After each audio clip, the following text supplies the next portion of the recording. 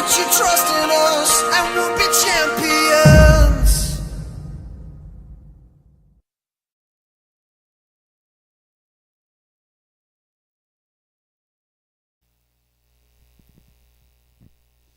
Boa noite, falo para cá ou para lá? Pra cá. Boa noite então, 22 de março de 2019. Hoje o tema vai ser terapia gênica.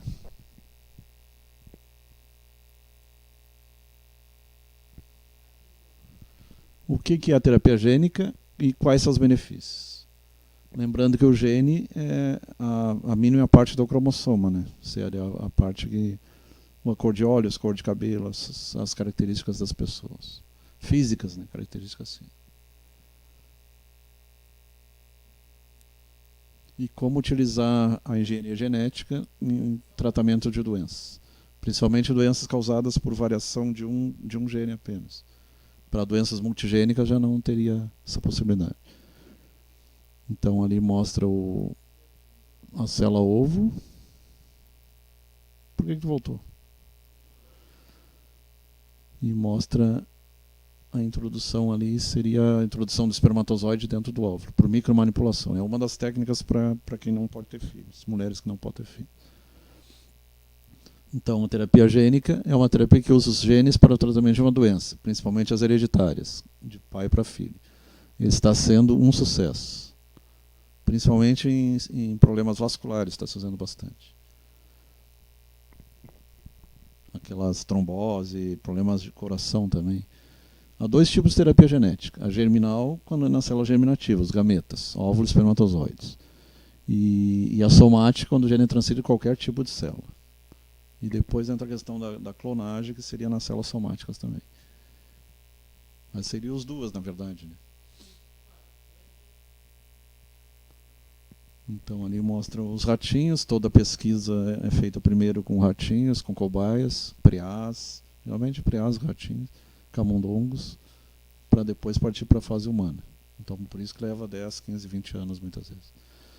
Essa terapia foi proposta pela primeira vez em 1972, num livro chamado Terapia Genética para Doenças Genéticas Humanas, aí está interrogado, se ela pode ser usada como terapia. Onde ele propôs transferência de DNA para substituir o DNA defeituoso. A primeira tentativa ocorreu 20 de setembro de 1970, então bastante tempo atrás. 30, 50 anos já, né? A revista The Science, Unwinding RNA.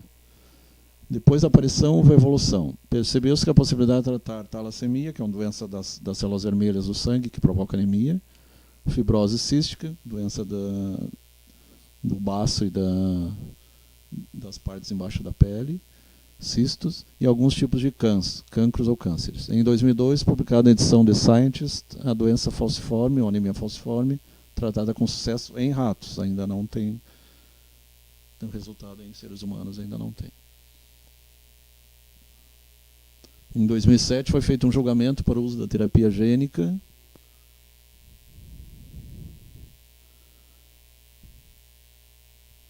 Em doenças hereditárias da retina, retinoblastia, retinoblastoma. E seu tratamento teve bons resultados, tendo um aumento da visão que era abalada pela doença. Pessoas tinham visão turva por problemas na retina, problemas hereditários. Fábio Pacheco, Rialdinho Bortolin,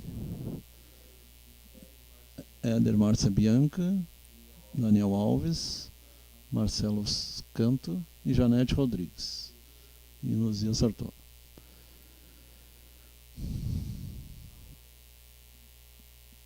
Então mostra a retina ali, a fóvea, a mácula e o humor vítreo, o moracoso. O moracoso é a parte anterior e o humor vítreo lá dentro do olho.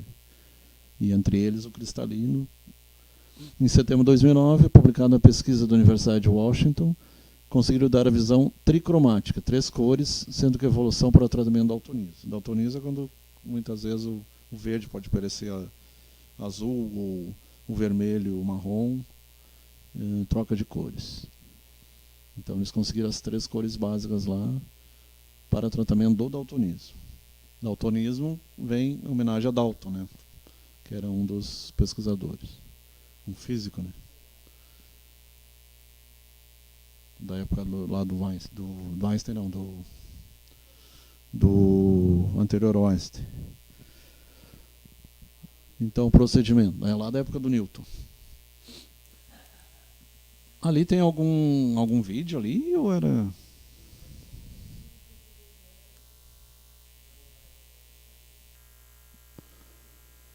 O isolamento do gene. Transferir o gene transfere uma parte do DNA. Então, o DNA é feito dos genes. O gene deve ser retirado, é o responsável pela enfermidade e alteração genética. Quando se localiza o gene responsável, é retirada uma parte que é defeituosa através de biologia molecular. O gene, a porção do DNA, contém informação necessária para sintetizar uma proteína. Geralmente são 3 aminoácidos para cada... Não, 3 nucleotídeos para cada aminoácido. E as proteínas são feitas de aminoácidos. São 21 essenciais, né?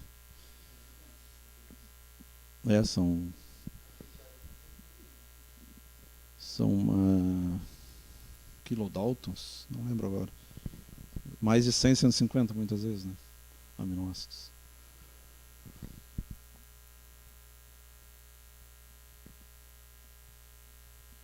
A modificação ocorre de 2 modos. Ex-vivo e in vivo. Fora do vivo e dentro do vivo. Fora do vivo seria na proveta, na pipeta. No in vivo, o DNA é transferido diretamente na célula dentro do organismo. Já no ex vivo, a transferência ocorre em célula fora do organismo, podendo ser modificada e depois introduzida no paciente, além de ser um método mais seguro. É o que é feito no bebê de proveta, para ter uma ideia. Oi? A modificação ocorre... Ali mostra as células já se dividindo, aí 2, 4, 8, 16, 32, ela vai se dividindo, formando os blastocisto, bem lá no começo da divisão, depois que o espermatozoide encontrou com o óvulo. E ali está sendo sugado uma para fazer fora. Aí ex vivo quando é fora, em vivo é quando é dentro.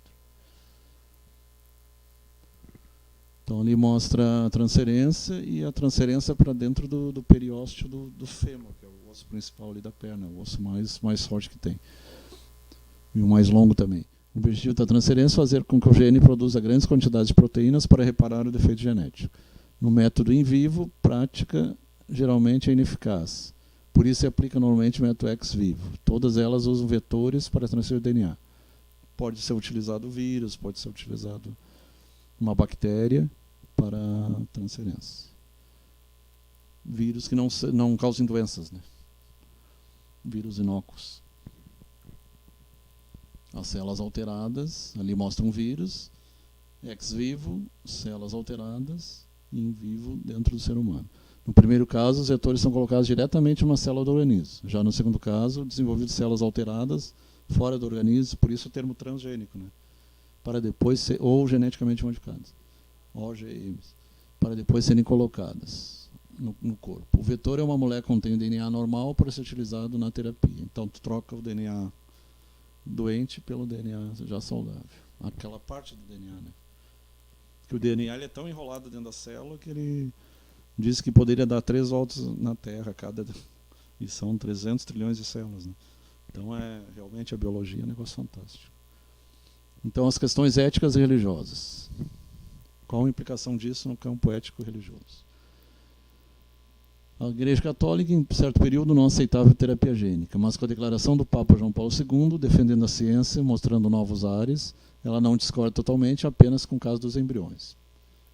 Por causa da questão do abortamento, né? Já tem gente que... Oi? Tem gente que procura... aprovar pelo menos em casos que foram feitos abortamentos. Beto Madeira, José Luiz Francisco, Alcir Caetano, já foi falando.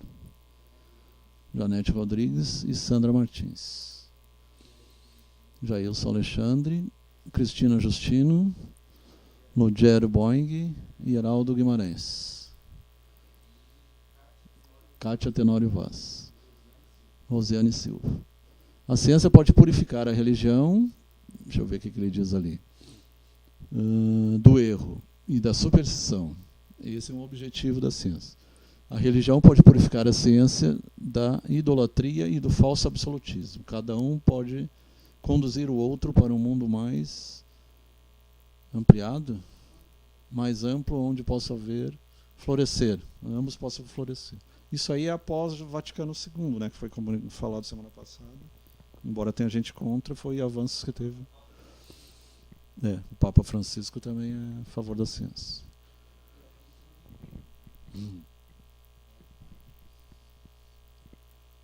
Falando em Big Bang, tem uns que têm medo da questão do acelerador de partículas, lá o acelerador de hadrons, lá, o colisor de hadrons em Genebra, porque eles poderiam produzir antimatéria e acabar desenvolvendo um buraco negro. E aí acabaria destruindo com o nosso tudo aqui. Então é um negócio bem polêmico. Já foram descobertas mais de 30 partículas. Então, por um lado, a gente descobriu uma série de subpartículas. Por outro lado, tem esse risco aí. Oi? Pior que tá.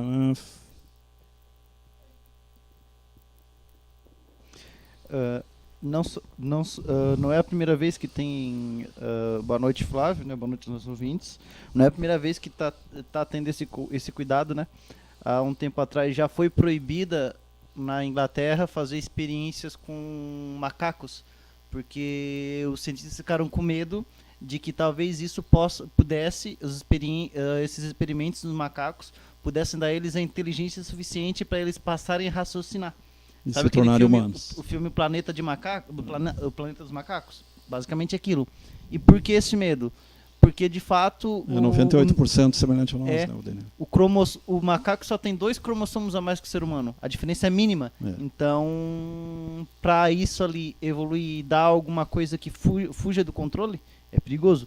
A mesma coisa, o grande colisor de hadrons, lá em Genebra, os cientistas, quando eles fazem experimentos, eles tomam muito cuidado, porque, de fato, lá pode criar um mini buraco negro e isso pode ser perigoso. Ninguém sabe o que pode acontecer se acontecer isso, né? A implicação disso ela é tão grande que a gente não pode nem imaginar, não consegue nem imaginar o que poderia acontecer, né? E aproveitando, também gato, cachorro já não se usa mais, acho que até coelho.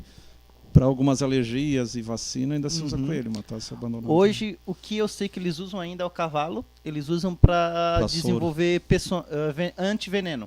Quando eles querem cura para uma cobra, alguma coisa, algum animal novo, eles usam o cavalo. O cavalo não morre, tá? Geralmente não morre. Para teste. Eles só usam o cavalo como uma forma de gerador de anticorpo. E esses anticorpos gerados pelo cavalo, eles e o porco acho que ainda é usado também, né? Sim. E a partir do sangue do cavalo, né, do organismo do cavalo e das substâncias coletadas, que geralmente são substâncias retiradas do próprio veneno, eles desenvolvem o antiveneno. Eles desenvolvem o anticorpo que daí é coletado. Inclusive tem muitos venenos, a cura delas elas são soros heterólogos que chamam, né? Muitos venenos, as curas para elas são até mais simples do que parece.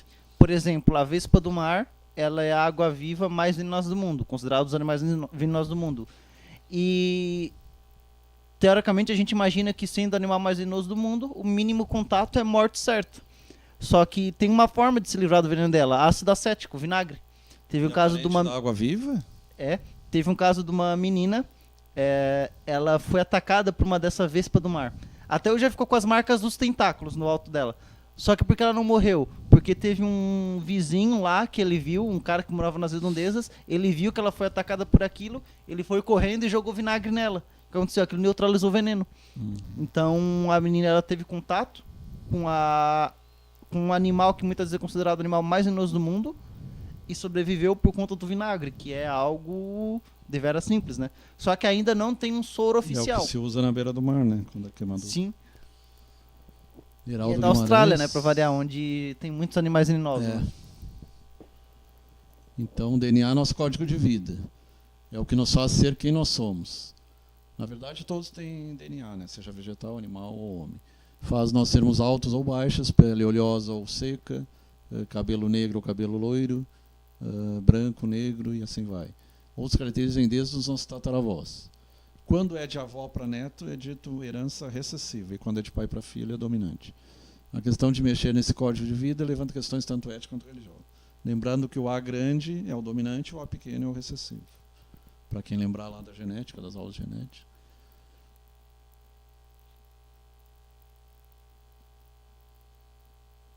E aos 4, adenina, timina, guanosina e citosina. Muitas vezes a citosina é trocada, adenina, citosina, guanina e citosina, ou não lembro a outra agora. Acontece que a terapia gene tem que ser muito bem controlada. Um gene errado pode causar uma mutação até um tumor. A principal questão é: você deixaria mudar aquilo que faz cada um ser um indivíduo? Não lembro outro: adenina, timina, guanosina, citosina. Não, mas que entra no DNA. A CTG. A germinal. O germinal seria o uso de óvulos ou espermatozoides. Desenvolve problemas éticos em relação ao seu uso, que origina inúmeras discussões científicas. Como não ter apenas o genoma do indivíduo, mas da prole e dos descendentes, toda a sua descendência, essa tese pode se tornar perigosa. Além das questões éticas, a terapia apresenta inúmeros problemas operacionais. Alta taxa de mortalidade, desenvolvimento de tumores, malformações, alteração de embriões potencialmente normais e reversibilidade de ações. Aquele gato feio lá, sem pelo, não foi uma experiência... É uma raça que surgiu ou foi uma experiência? Não sei a história do gato. Para quem não sabe, o Flávio está falando de uma espécie de gato que ela é muito comum no Oriente, que ela é caracterizada por ela ser totalmente sem pelo. Eu não sei qual foi a origem dele, Flávio, para falar a verdade. Mas provavelmente foi alguma coisa genética que teve em algum descendente anterior, algum antepassado dele, ele ficou daquela forma. Só que, ainda assim, o gato, ele muitas vezes é diferente, ele faz bastante sucesso na China. As pessoas adoram ele, porque ele é um gato bem mais... dócil. Sim, ele é um gato dócil e ele é, como as pessoas chamam, carinhoso com as pessoas. E os orientais, eles adoram ele. Ele é muito popular aquele Mas gato. pela história, ele foi... A primeira vez foi no Canadá, depois que foi pra Índia. Sim, depois ele foi pra lá. Pra Só que China. ele ainda é bastante popular, né? Ele é bastante popular. Então, No Egito, o gato, na verdade, ele ao longo da... É muito difícil o gato não... Tem um período que o gato não foi popular. O único período que Na eu Idade me Média. arrisco a dizer foi a Idade Média, né? Que eles associavam o gato à bruxa e queimavam eles, né? Coitados dos bichinhos. Resultado, proliferação Peste de rato bubônica. e peste negra, né? Que até hoje não acontece, não é tão recorrente como é antigamente, mas ainda acontece. Foram E 200 quando acontece, anos. ela tem cura, né, Flávia, a peste bubônica, ou não? Hoje tem. Hoje tem, né? Mas ainda assim, mesmo que a pessoa pegue hoje, ela é perigosa. Ela é parecida com a leptospirose. Só que a leptospirose é da urina do rato. E a peste bubônica era da pulga do rato. Que são os vetores. Então, conclusão, os trabalhos da a vantagem. Enquanto disponível para todas as pessoas. Se bem que ainda é caro, né? Permite curar enfermidades, doenças que anteriormente não tinham cura possível. Repara o sistema imunitário, se bem que ali está questionado. Mantém a imunidade existente e o internamento hospitalar apenas dura cerca de um mês. Desvantagens. Apresenta curto período de duração, pode haver a vida curta do vetor, distensibilidade do DNA, disfuncionalidade do DNA, inserir nas células-alvo e a rapidez da divisão celular. Como controlar essa divisão? Principalmente em caso de câncer. Necessidade de uso de terapia gênica várias vezes. Quando uma doença é causada por uma variação dos efeitos de vários genes, então multigênica e não por um gene só, não apenas a mutação de apenas um gene, o tratamento é difícil e eficaz, que é o caso do diabetes e várias doenças.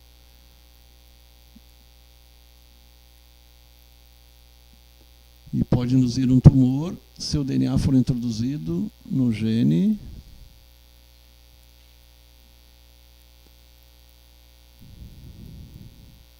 Ali não deu para ler a última linha.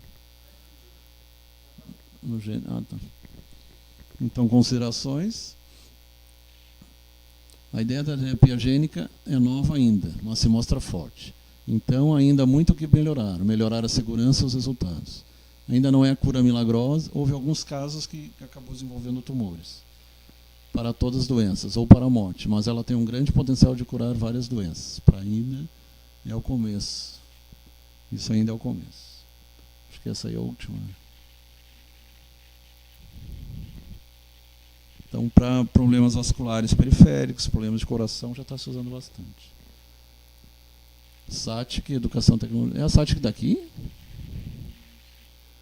Matheus Darossi, eu acho que é Matheus Darossi Fernandes, Bruno Serafina Silva, Robson Antônio, Karen Jorge e Flávio Medeiros. Eu acho que é de Criciúma. SATIC, Educação e Tecnologia. Portal satice.com.